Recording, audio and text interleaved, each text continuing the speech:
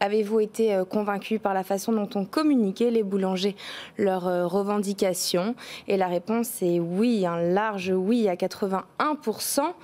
Harris Interactive a réalisé ce sondage pour BFM Business et pour Tilder. Charlotte Lazimi, bonjour. Bonjour. Vous êtes directrice associée du pôle influence chez Havas. Jean-Xavier Arnaud, bonjour. Bonjour. Vous êtes associée chez Tilder. Charlotte, je commence avec vous. C'est un résultat très tranché, 81%. Quels ont été les éléments clés, les exemples des prises de parole qui donnent ce résultat aujourd'hui?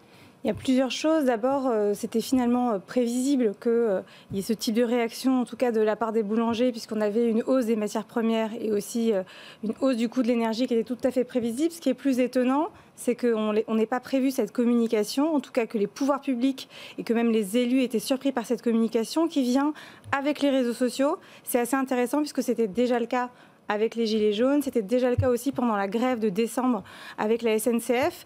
Et ce qui est extrêmement important, c'est qu'il y a un message qui est très clair, c'est qu'il y a un message qui est très sincère de la part des boulangers, et c'est qu'il y a un message qui est multicanal, réseaux sociaux, manifestations, avec un présentiel et donc un engagement qui est extrêmement fort et qui va frapper, il va y avoir une image qui va être très forte et une présence aussi dans les médias. Et on a aussi un porte-parole qui est un porte-parole incarné, avec une vraie sincérité. Et ça, c'est pour ça que le sondage que vous avez réalisé est très intéressant. Les Français ne s'y trompent pas et forcément, ils y adhèrent.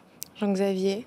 Le résultat, il est très très clair. Il est très très clair aussi en raison de l'identité, on va dire, des personnes concernées, à savoir les boulangers. Là, on parle du quotidien des Français. Il y a un attachement à la baguette. Très concret. Enfin, si on prend les autres types de produits concernés par l'inflation, par tout ce qui va avec les prix de l'énergie, enfin, on ne connaît pas le producteur de ce qu'on achète dans un magasin de grande distribution. On connaît son boulanger. Et évidemment, par ailleurs, les boulangers ne font pas partie, pour les Français, des professions qui sont habituées à se plaindre, à revendiquer.